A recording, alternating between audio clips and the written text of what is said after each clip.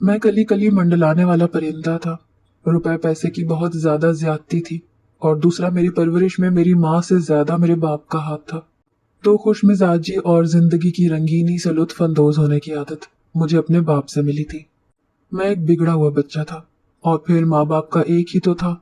तो जैसे मुझे किसी भी काम से रोकना मेरा बाप गुनाह समझता था, बेशक वो काम जितना मर्जी गलत ही क्यों ना हो। और दूसरा, वो हर वक्त मुझे अपने साथ रखते थे, इसीलिए उनकी सारी अच्छाइयां और बुराइयां मुझ में आई ही थी। लेकिन शायद मेरे अंदर बुराइयों की तादाद बढ़ गई थी, जिस पर मेरा बाप अपनी मूंछों को ताव देता बहुत गरूर करता था। इसी तरह मैंने अपने बाप की तरह बस एक शादी पर ही इक्तफा नहीं किया, बल्कि 4 शादियां की। लेकिन ये 4 शादियां मैंने शौक से नहीं की थी, बल्कि मेरे अंदर अपने खानदान की रस्म को बरकरार रखने की कोशिश थी। और वो थी कि एक बेटे को पैदा करने की कोशिश, जो कि पूरी होकर नहीं दे रही थी। इसीलिए मैं एक के बाद एक शादी करता चला गया, लेकिन चारों बीवियों से मुझे हर बार बेटी ही मिली, जिससे मेरे अंदर बेटियों से नफरत बहुत बढ़ गई।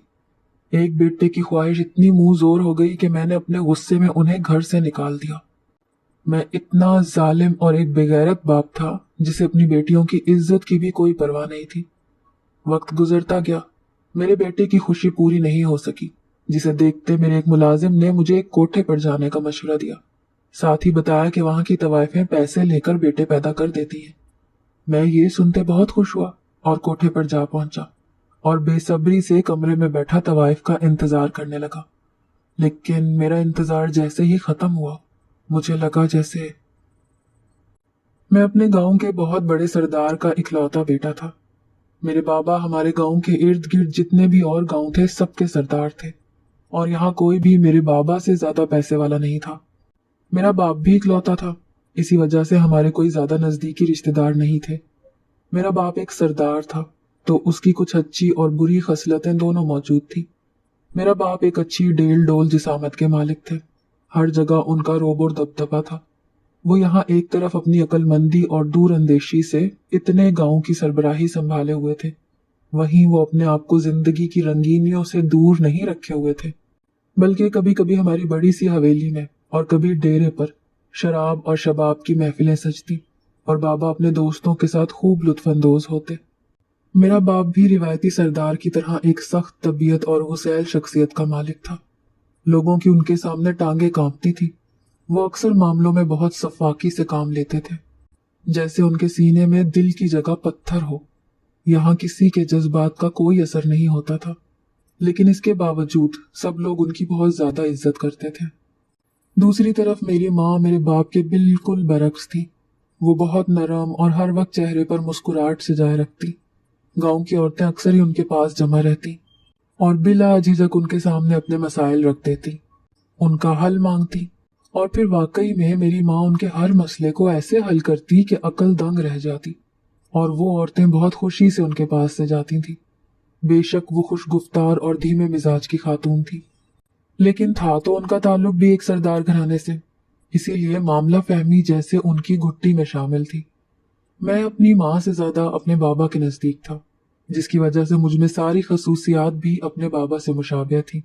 मेरी माँ ने तो बहुत कोशिश की कि वो मुझ में थोड़ी सी नरमी पैदा कर सके, लेकिन ऐसा नहीं हो पाया, बल्कि मैं तो अपने बाप से भी ज्यादा खड़ूस और गुस्सा आवर साबित हुआ था।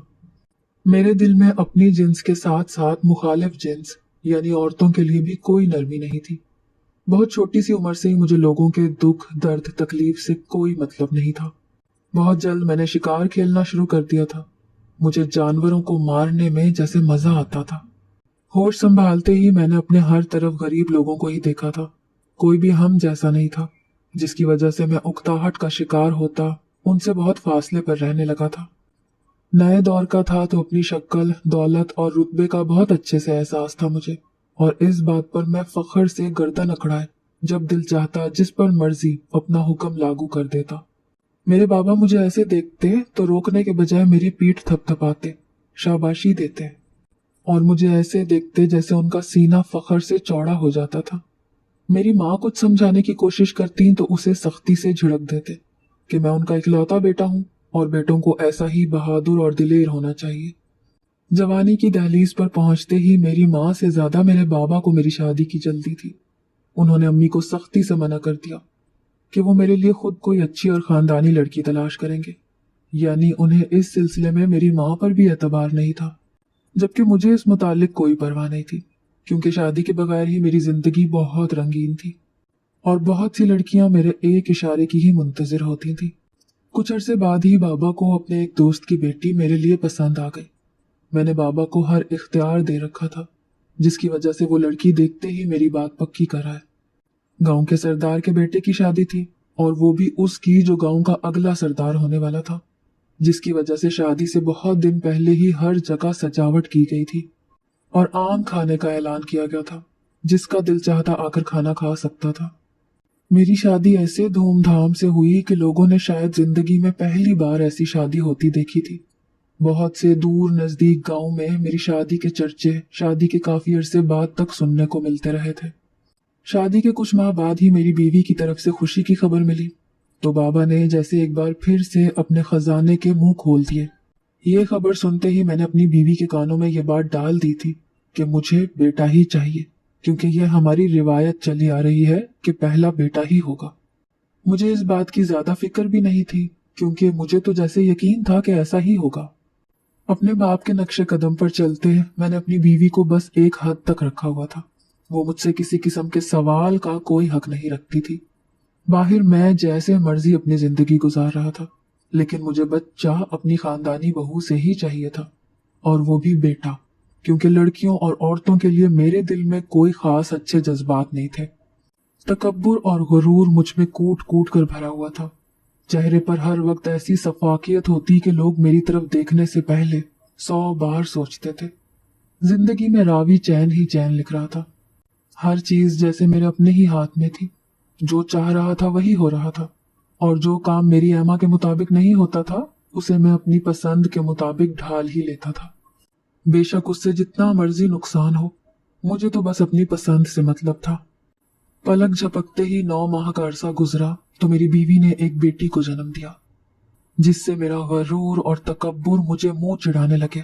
میں غصے سے پاگل ہو اٹھا۔ میں نے اپنی پہلی اولاد، اپنے خون کو ایک نظر دیکھنا بھی گوارا نہیں کیا تھا۔ اس بچی کو صرف میری ماں نے اپنی گود میں لیا تھا، کیونکہ میری بیوی تو شاید سخت دلی میں مجھ سے آگے تھی۔ جس نے اس وجود کو 9 ماہ اپنے پیٹ میں رکھا تھا، اسے اس سے کوئی لگاؤ نہیں تھا۔ میں اور میرے بابا گاؤں والوں سے جیسے اپنے گھر ایک بچی پیدا ہو جانے پر منہ چھپاتے پھر رہے تھے۔ ہم لوگ بس نام کے ہی جدید دور میں داخل ہوئے تھے، اور بس اپنے فائدے کی ہر نئی ٹیکنالوجی کو اپنی زندگی میں شامل بھی کر لیا تھا، لیکن اپنے ذہن اور دماغ کو اتنا جدید نہیں کر سکے تھے کہ بیٹی پیدا ہونے پر اسے خوش دلی سے قبول ہی کر لیں۔ اپنی نوزائیدہ بیٹیوں کے لیے ہمارے دلوں میں کوئی نرمی پن نہیں تھا۔ اس دوران میں بس یہ ہوا تھا کہ ان کے پیدا ہوتے ہی انہیں زندہ درگور نہیں کیا جاتا تھا، بلکہ ان کو کوئی اچھوت سمجھتے ان سے کنارہ کشی کر لی جاتی تھی۔ میں نے بھی یہی کیا، اور کچھ عرصے بعد ہی بھول گیا کہ اس دنیا میں میری کوئی بیٹی بھی ہے۔ میری ماں نے اسے ایک الگ کمرے تک محدود کر دیا تھا۔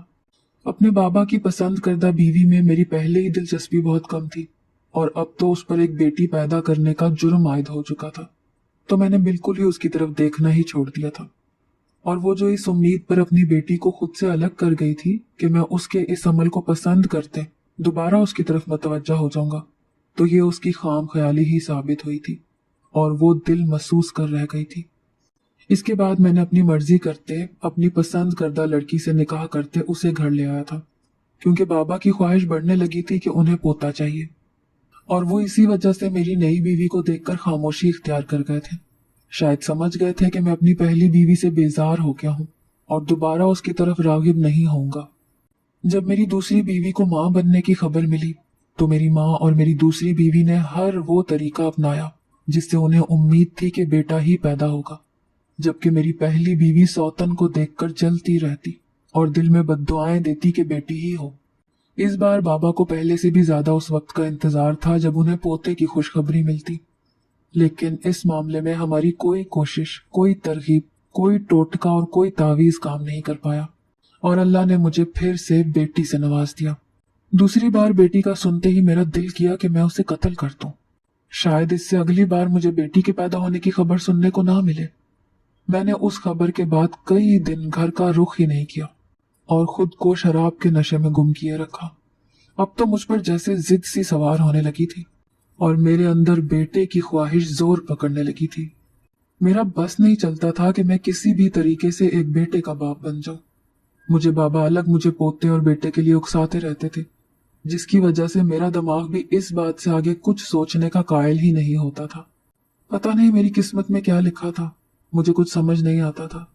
पता नहीं मुझे बेटे की ख्वाहिश के लिए कहाँ तक जाना था, और फिर भी शायद मेरी ये ख्वाहिश पूरी होती या नहीं, क्योंकि ये बात मेरे या किसी के बस में नहीं थी। लेकिन मैं ये बात समझने से कासिर था। मैं एक बेटे की ख्वाहिश में एक के बाद एक शादी करता चला गया, यहाँ तक कि मैंने 4 शादियां कर ली और मेरी चारों बीवियों से मुझे बेटियां ही मिली थी। मैं जिस तरह दिन ब दिन जिसामत के एतबार से बहुत तंदुरुस्त और तवाना होने लगा था, इसी तरह दूसरी तरफ मेरे बाबा हर गुजरते दिन के साथ बूढ़े होते जा रहे थे। मुझे अपने बाबा से शदीद शर्मिंदगी होती कि मैं उनकी पोते की ख्वाहिश को पूरा नहीं कर सका, और वो इस परेशानी में जिंदगी से दूर होते जा रहे हैं कि मेरे बाद उनका वारिस कौन होगा। मैंने उनको बिल्कुल ही अकेला कर दिया था। मैंने अपनी कमअक्ली में ये सोचते उनके पास नहीं जाता था कि वो कहीं मुझसे ये सवाल ना कर दें कि उन्होंने मेरे लिए इतना कुछ किया और मैं उनकी एक खुशी पूरी नहीं कर सका। वक्त गुजरने के बावजूद मेरी अपनी बेटियों से लाताल्लुकी यूं की तू थी। मेरी माँ और मेरी बीवियां ही उनकी देखभाल करती और उनकी ये कोशिश होती कि वो किसी को भी मेरे पास या फिर बाबा के सामने ना आने दे। मेरी 4 बीवियों से 4 ही बेटियां थीं और अब वो चारों ही काफी बड़ी होने लगी थी। मैंने तो जैसे अब वक्त गुजरने के साथ बेटे की ख्वाहिश ही छोड़ दी थी, लेकिन इसके बावजूद अपनी बेटियों के लिए मेरे दिल में कोई नरम गोशा पैदा नहीं हो सका। इसी दौरान मेरी माँ का इंतकाल हो गया। मेरी माँ के मरने पर मेरे और बाबा के अलावा शायद सभी दुखी थे, क्योंकि हम दोनों के जज्बात हमेशा की तरह सर्द ही थे। और वैसे भी मैंने तो शायद बहुत अरसे से अपनी माँ से बात ही नहीं की थी। मगर जब मेरी माँ के इंतकाल के कुछ अरसे के बाद ही मेरे बाबा भी दिल का दौरा पड़ने पर मुझे तन्हा छोड़ गए, तो तब मुझे मेरे दिल में उठता दर्द महसूस हुआ। इस दुनिया में मेरे बस 2 ही सगे थे और वो दोनों ही इस दुनिया से चले गए थे, और उनके अलावा मैं किसी को अपना नहीं मानता था। और जो मेरा खून थी भी तो मैं उन्हें बिल्कुल भूला हुआ था। मैं बाबा के इंतकाल से बहुत दुख में था। तो उन्हीं दिनों मेरा सामना अपनी एक बेटी से हो गया, तो मैंने उसे देखते ही नफरत से मुंह मोड़ लिया। मगर फिर न जाने मेरे दिमाग में क्या समाई कि मैंने अपनी चारों बेटियों को घर से निकाल दिया। मैं उस वक्त अपने गुस्से में बिल्कुल अंधा हो चुका था और इतना पत्थर दिल कि अपनी फूल सी बच्चियों को खुद ही दुनिया में मौजूद लोगों के कदमों में रख दिया कि वो जैसे चाहे इनसे सलूक करें और चाहे इन्हें अपने पैरों की ठोकरों पर रख लें। मुझे कोई परवाह नहीं थी। मेरी बेटियों ने कभी भी बाहर की दुनिया नहीं देखी थी, और जब मैं उन्हें घर से बाहर ले गया तो वो बहुत खुश थी और मैं उन्हें एक तन्हा जगह छोड़कर वहां से निकल आया। मुझे लगा था कि पहली बेटी की मनहूसियत की वजह से बाद में भी बेटियां ही पैदा हुई हैं, और फिर चारों ने तो जैसे मेरी जिंदगी को अंधेर ही कर दिया था, जिससे पहले मेरी माँ और फिर मेरा बाप भी इस दुनिया से चला गया। मैंने अपनी बेटियों को उनकी माओ की गफलत में घर से निकाला था, इसीलिए जब उन्हें उनके घर से गुमशुदगी का पता चला तो वो सब मेरे पास भाग ही आई ताकि मैं कुछ कर सकूं और अपनी बेटियों को घर ले आऊं। उन्हें लगा था कि मेरी बेटियां मुलाजिमों की लापरवाही की वजह से घर से निकल गई हैं और फिर रास्ता भूलने पर घर नहीं आई। मैं उस वक्त सफाकियत से उन्हें रोते हुए देख रहा था, जिससे मुझे जैसे दिली राहत मिल रही थी कि मुझे अपनी चारों बेटियों के साथ साथ उन पर भी कम गुस्सा नहीं था, क्योंकि वो चारों इन्हीं की बदौलत इस दुनिया में आई थी, जिसके बाद मैंने फिर कभी इनको देखना गवारा नहीं किया था। यानी मेरे जुल्म की कोई हद नहीं थी। मैं तो पहले ही बहुत सफाक था, लेकिन फिर तो जैसे एक बेटे की ख्वाहिश ने मुझे सफाकियत की हर हद पार करवा दी थी। वो रोती धोती अपना अपना रोना रोकर मेरे सामने से चली गई थी। मेरे कुछ ना बोलने पर वो बेचारी माएं खुद को बेबस तस्वुर करती दुख से नढाल वहां से गई थी। उन्हें मेरे अंदर फिरौनियत की झलक नजर आई थी, इसीलिए वो समझ गई थी कि मुझे अपनी बेटियों से कोई लगाव नहीं था और उनसे बिल्कुल बेखबर था, तो अब भला मुझे उनकी गुमशुदगी से क्या फर्क पड़ेगा। फिर आहिस्ता आहिस्ता उनको मालूम पड़ ही गया था कि मैंने खुद अपने हाथों से अपनी बेटियों को अपने घर से निकाला था, तो वो ये मालूम होने के बावजूद अपने लब सी गई थी क्योंकि उनके लब खुलने पर उन्हें जो जुल्म सहना पड़ता वो बहुत ज्यादा भारी था। जैसे जैसे मेरी उम्र बढ़ती जा रही थी वैसे वैसे मेरी परेशानी भी बढ़ती जा रही थी कि मेरे बाद ऐसा कौन होगा जो हमारी इतनी वसी पैमाने पर फैली जमीन जायदाद संभालेगा। जबकि अपनी बेटियों को तो मैंने इस लायक ही नहीं समझा था, क्योंकि मेरे दिमाग में ये बात पुख्ता हो चुकी थी कि एक लड़का, एक मर्द ही ये सब संभाल सकता है, जबकि औरतें तो बस एक कमजोर मखलूक है जो बस दिल लुभाने और बच्चा पैदा करने के काम आती है। ये दौलत चीज ही ऐसी थी कि मेरे इतने मजालिम के बावजूद मेरी चारों बीवियां मेरे साथ ही रह रही थी, क्योंकि उन्हें अच्छे से पता था कि मुझे छोड़ने पर उनको ये ऐशो आराम भी छोड़ना पड़ेगा।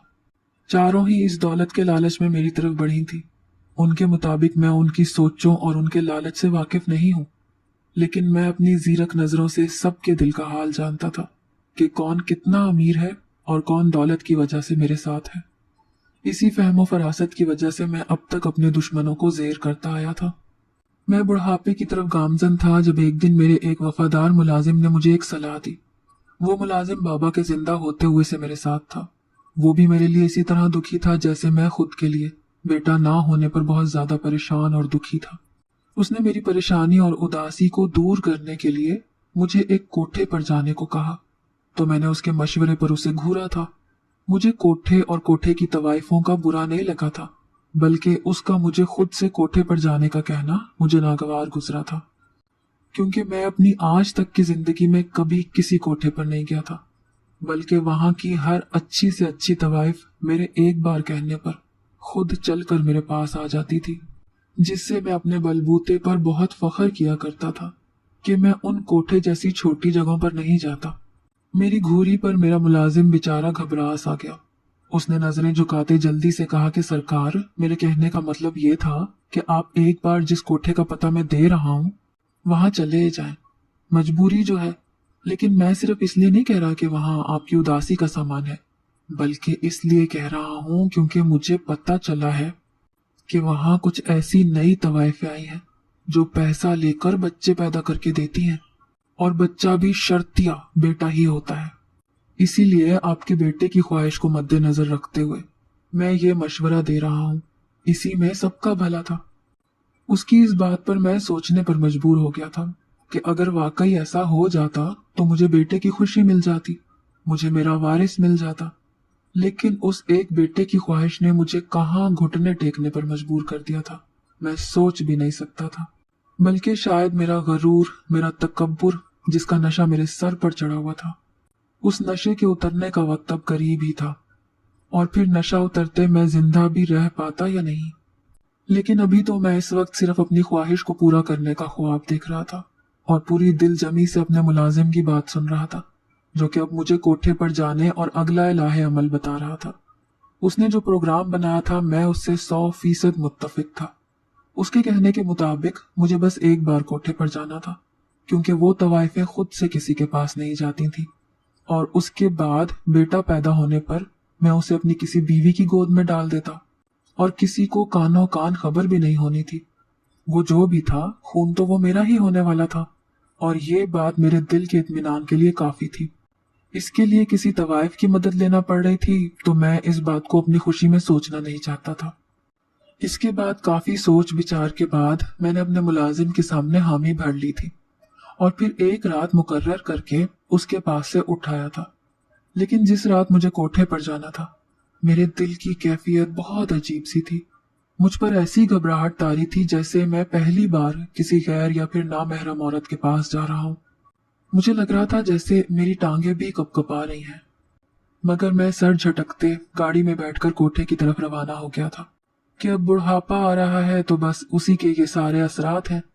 जल्द ही मैंने सब सोचों को दिमाग से निकालते दिमाग को अपनी खुशी पर मजबूर कर लिया था, और मैं खुद से ये अहद कर रहा था कि मुझे अपनी सेहत का ज्यादा से ज्यादा ख्याल रखना है ताकि मैं अपने बेटे के साथ बहुत अच्छा वक्त गुजार सकूं। कोठे पर पहुंचते ही मेरी तवक्को के ऐन मुताबिक मेरी खूब आओभगत की गई और मुझे एक बहुत अच्छे कमरे में ले जाया गया। उस कोठे की सरबराह औरत तो जैसे मेरे आगे बिछी जा रही थी। खुशी से उसकी बातें खिली पड़ी थी कि मैंने जिंदगी में पहली बार किसी कोठे पर जाने को शर्फ बख्शा था, तो वो उसका कोठा था।